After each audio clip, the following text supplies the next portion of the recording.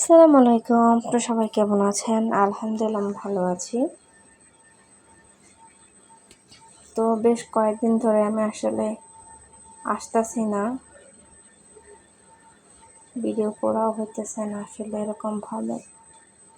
যাই হোক, আমি ঝটফট রান্না করবো। আমার জন্য একটু সবজি রান্না করলাম। আপনারা সবাই জানেন আমি আপনাদের ফুড ডায়েটে আছে, তো এর জন্য আমার জন্য একটু সবজি আমি একটু একদম বেশি সিদ্ধ করে রান্না করবো না, হাফ সিদ্ধ একটা রান্না যেরকম সেটাই, মানে খেতেও খারাপ লাগবে না, আবার হবে এই অল্প কষালাম, অল্প পানি দিয়ে একদম মাখা মাখা করে নিব।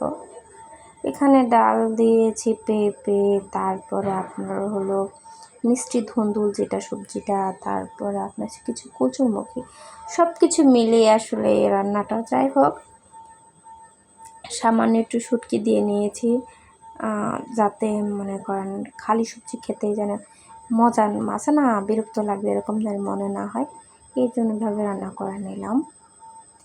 যাই হোক, এটা আমি আমার জন্য রান্না বান্না করলাম, বাচ্চাদের জন্য একটু রান্না করব। তো বাচ্চাদের জন্য দেখলাম এলাচ দারচিনি দিয়ে নিলাম, তেল পেঁয়াজও দিয়ে নিলাম অল্প কিছু। আমি দেখি যারা ভিডিও রান্না করে অনেক অনেক পেঁয়াজ দিয়ে রান্না করে, আসলে আমি এত পেঁয়াজ দিয়েও আমার কাছে মনে হয় না, মাপ মতো দিয়েই ঠিক, আমি মাপ মতো দিয়েই রান্নাবান্না করি। তো দিলাম, নাড়লে চালাম, এখন একটু হয়ে নিক, তারপর আস্তে আস্তে আমি বাচ্চাদের জন্য একটু মাংস রান্না করবো। ওরা তো সবজি খাবে না, আমি মাংসও খাবো, 2-1 পিস নিয়ে এখান থেকে ওই সবজি দিয়েই মাখিয়ে মাখিয়ে খেয়ে ফেলবো।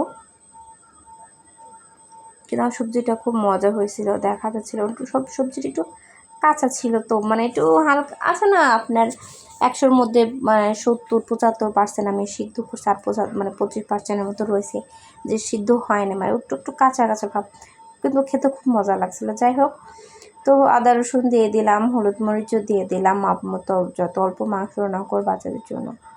আমি খালি একটু ঝাল করা দিই, বাচ্চাদের মধ্যে যে ঝাল দিই না তাও না, আসলে মন মতলবই যখন যেভাবে ভালো লাগছে রান্না করি, রান্নার কোনো আসলে লিমিট নাই। সজের গুঁড়ো দিয়ে নিলাম, একটু কষানো, ভালো করে কষানোর পরে মাংসগুলো দিয়ে দিব। মাংস আলু একসাথে দিয়ে দিলাম, দুটো একসাথে কষে যাক, একসাথে হয়ে যাবে। যারা যারা ভিডিও দেখেন তাতে কিন্তু অনেক ধন্যবাদ। বেশ কয়েকদিন ধরে আমি ভিডিও দিচ্ছি না, এই মন ভালো লাগতেছিল না তাই দিলাম না আর কি। দিব দিব করেও 3-4 দিন পার হয়ে গেল, তা আজকে মনে করেন চিন্তা করলাম না ভিডিওটা দিয়ে দিই, বেশ অনেক দিন হলো।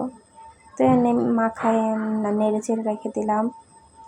দেখতে পাচ্ছেন সুন্দর কষে গেছে। যত মাংস অল্প অল্পভাবে রান্না করব, তো পানিও দিয়ে দিলাম, একদম খুব অল্প সময়, মানে ঝটপট রান্না যেভাবে না দেখালে নাই। যাই হোক, আমার মাংসটা রান্না হয়ে গেছে, এই পরিমাণে ঝোলটাই রাখবো। এই আর কি, সবাই ভালো থাকবেন, আমার চ্যানেলটার জন্য বেশি বেশি করে দোয়া করবেন, আর সুন্দর করে একটা লাইক দিয়ে আর কি সুন্দর করে একটা কমেন্টস করবেন, যেটা পরে যেন আপু খুশি হয়ে যাই। এই আর কি, ধন্যবাদ আবার বলছি আমার ভিডিও দেখার জন্য। দেখ, রান্না শেষ, সুন্দর হয়েছে, মজাই হয়েছিল, লবণ টবণ দেখে একদম নিয়ে নিয়েছি।